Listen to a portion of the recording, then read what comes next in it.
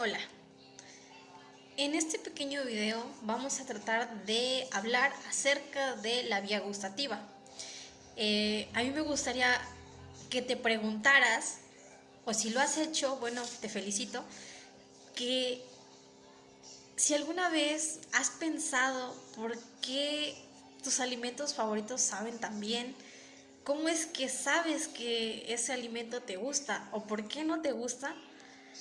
No sé si alguna vez alguien te haya comentado que existe una vía del gusto, la cual nos permite percibir los sabores que nosotros comemos. Interesante, ¿no? De hecho, hay un tabú, yo creo que todas las personas creemos que lo que sabemos, lo que sabe o lo que nos gusta, lo percibimos a través de la lengua, que a quien le sabe es a la lengua. Sin embargo, no es cierto.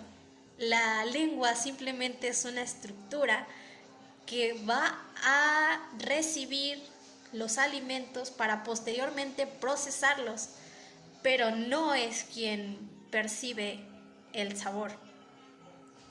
Ahora bien, entonces, ¿quién es?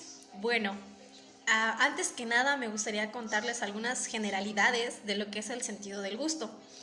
Ok, si bien es cierto, la lengua es una estructura súper importante e inicial para entender la vía. La lengua es una estructura que se encuentra recubierta por las papilas gustativas, las comunes que todos conocemos desde la primaria, las cuales son apreciables a simple vista. De hecho, si nos paramos en algún espejo, sacamos la lengua y las miramos, son esas pequeñas bolitas que se pueden apreciar.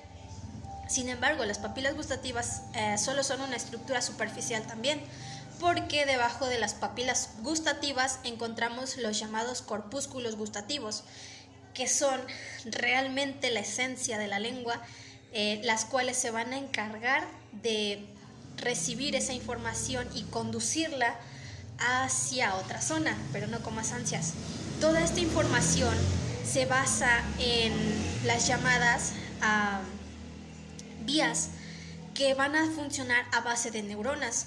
Si nunca habías escuchado hablar de las neuronas, bueno, las neuronas son otra estructura súper importante del sistema nervioso central y periférico también, que se encargan de recibir, procesar y conducir esa información. Ok. Entonces, estas van a estar inmersas en todo el camino del viaje, ¿ok? Regresando a la lengua.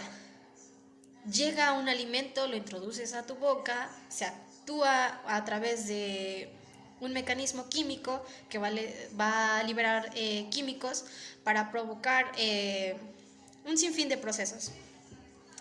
Ok, entonces regresando a las papilas gustativas, se encuentran alojadas a nivel tanto de la lengua, y de hecho estudios recientes han dicho que se encuentran también a lo largo de lo que es la faringe y la laringe.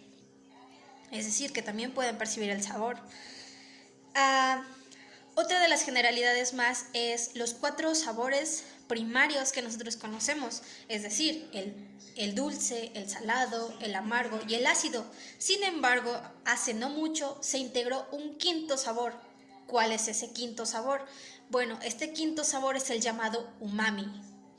El umami se caracteriza por ser un sabor que se le considera sabroso, delicioso, y entra dentro de esa categoría de los 5 sabores primarios, es decir, ya no son 4, son 5.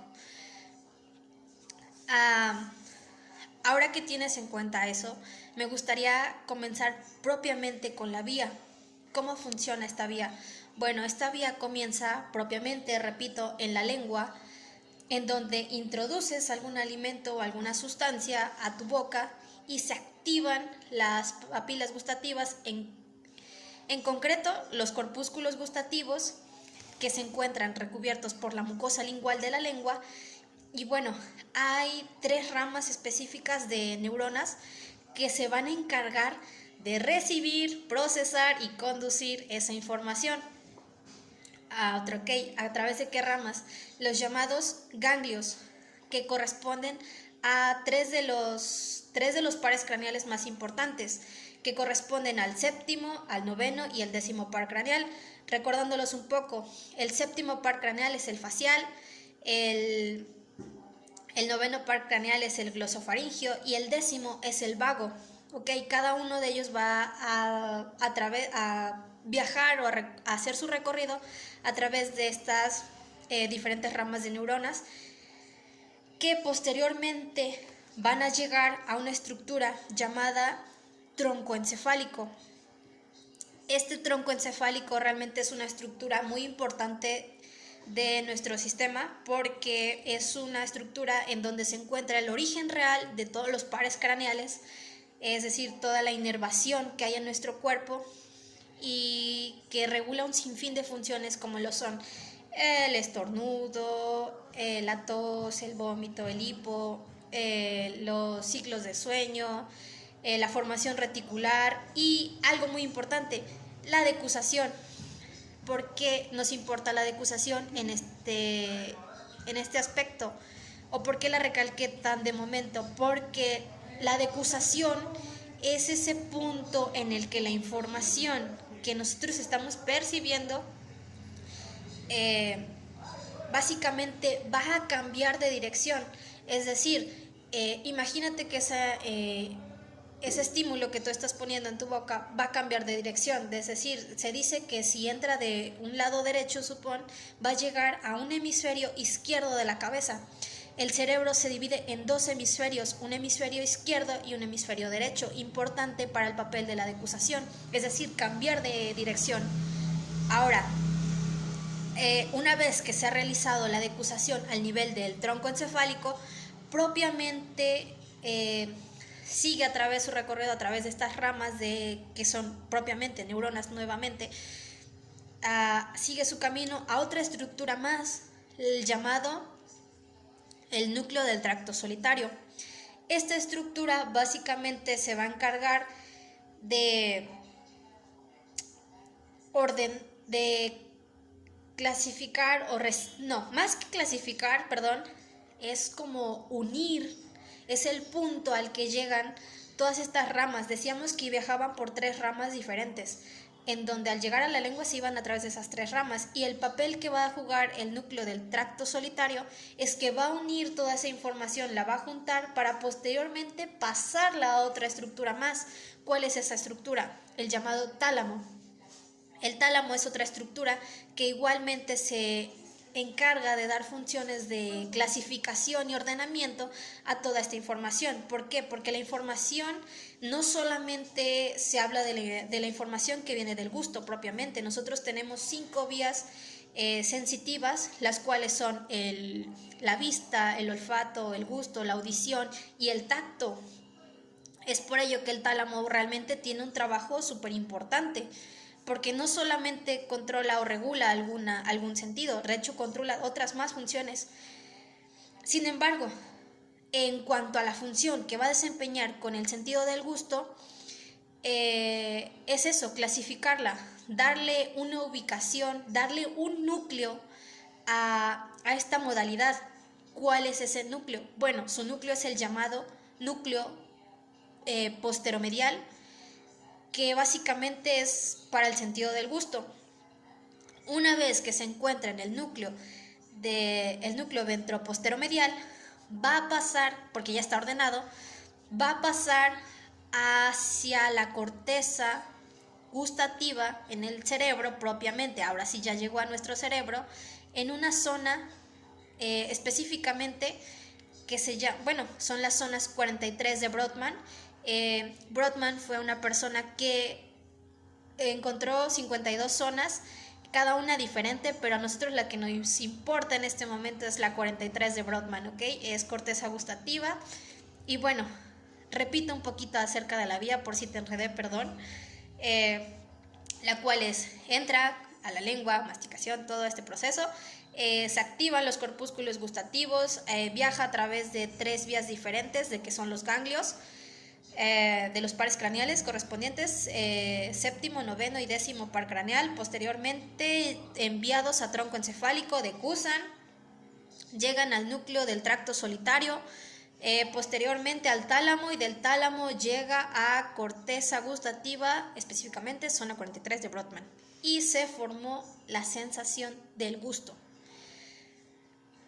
ese es el recorrido que realmente se tiene que pasar para que algo realmente forme la percepción de ese sabor. Increíble. Ahora, este recorrido en algunas personas puede verse afectado, lo que provoca las llamadas alteraciones del gusto. Dentro de ellas nosotros encontramos a las llamadas ageusias. ¿Qué es eso? Bueno, básicamente una ageusia es cuando se pierde totalmente el sentido del gusto, es decir, comes algo y realmente no te sabe a nada. Has perdido esa sensación de esa percepción percepción y sabor de, de los sabores. Y bueno, cuando nosotros hablamos de las hiperageusias, nos referimos a algo totalmente contrario. Es una alteración en donde algún sabor realmente se intensifica, es exagerada la manera en la que percibes estos sabores. A eso se le llama hiperageusia. Sin embargo, por otro lado encontramos las disgeusias o parageusias. ¿Qué es eso? Bueno, básicamente es cuando la capacidad de las personas se ve disminuida para saborear las cosas. De hecho, muchos de estos casos se ven en personas mayores que por el paso de la edad, bueno, van perdiendo algún número de los corpúsculos gustativos dentro de las papilas gustativas y bueno, eso es lo que les provoca que vayan perdiendo el sabor. Así también como el ser fumadores. El ser fumador, bueno, te reduce la capacidad de percibir sabores. Las llamadas ageusias gustativas básicamente nos referimos a cuando hay una imposibilidad de reconocer algún estímulo sin que realmente haya un daño en el sistema nervioso. Que repito, el sistema nervioso, al igual que las neuronas, bueno, es recibe, procesa y conduce. Y entonces, sin necesidad de que se haya dañado alguna estructura, simplemente no sabes el problema, no sabes a qué nivel está el daño, no sabes en dónde está la alteración, pero hay un daño, es decir, no puedes percibir ese sabor. Y bueno, básicamente son algunas de las alteraciones que hay en el gusto. Tanto puedes intensificarlos, como puedes perderlos, como que haya un estímulo que te pueda distorsionar el sabor. Es decir, no sé, se me ocurre por ejemplo que los mentados cachichines, no sé si alguna vez hayas escuchado de ellos, pero son un alimento que se caracteriza por tener un sabor amargo y que el comerlo te provoque otra sensación de sabor o otro sabor diferente. Por ejemplo, no sé, se me ocurre un helado y que, bueno, porque los helados son dulces, ¿estás de acuerdo? Y que realmente te provoque otro estímulo que realmente no debería, porque son alimentos que realmente tienen por característica tener ese sabor. Sin embargo, no lo está haciendo. Y ahí hablamos de algunas de las alteraciones del gusto. Ahora, a una vez explicado esto, ahora que sabes que lo que sabe no sabe con la lengua, a mí me gustaría que tú supieras alguna de las dudas que a mí me surgió con esto. Cuando nosotros nos enfermamos de gripe normalmente, o gripa, los alimentos que nosotros consumimos realmente nos dejan de saber. Y bueno, ¿por qué pasa esto? Si les estoy diciendo que realmente sabes con la lengua o que todo entra por la lengua y que llega a la corteza, no tendría por qué haber ningún problema. Sin embargo, cuando nosotros nos enfermamos, la característica común es la congestión nasal y que no podemos respirar bien. De hecho, se ha relacionado que el olfato tiene una íntima relación con el gusto. ¿Por qué? Cuando nosotros comenzamos ese proceso de masticación, se liberan sustancias químicas que por su relación anatómica pasan directamente hacia el conducto nasal, en los cuales se activan los receptores olfatorios y comienzan a crear una sensación que genere el gusto o el placer por el estar consumiendo este alimento. Y bueno, cuando nosotros enfermamos, repito que al estar bloqueado ese canal, básicamente se pierde ese conducto Y como trabajan estrechamente o en conjunto, bueno, pues prácticamente no te estás despertando esa parte del olfato que provoca esa reacción de que algo te guste. Es por eso que cuando se bloquea, pues básicamente te sabe simple, o sea, lo estás percibiendo pero a medias. Y básicamente no funciona de la manera en la que estamos normalmente acostumbrados a comer normalmente cuando estamos en un estado saludable. Y bueno, esas son algunas de las relevancias de nuestro sentido y maravilloso gusto. Y bueno, espero que para la próxima vez que consumas algún alimento le des el crédito a la zona 43 de Brodmann. Sin embargo, también no olvides darle el crédito a la nariz porque acuérdate que actúan en conjunto. Muchas gracias y nos vemos para la próxima.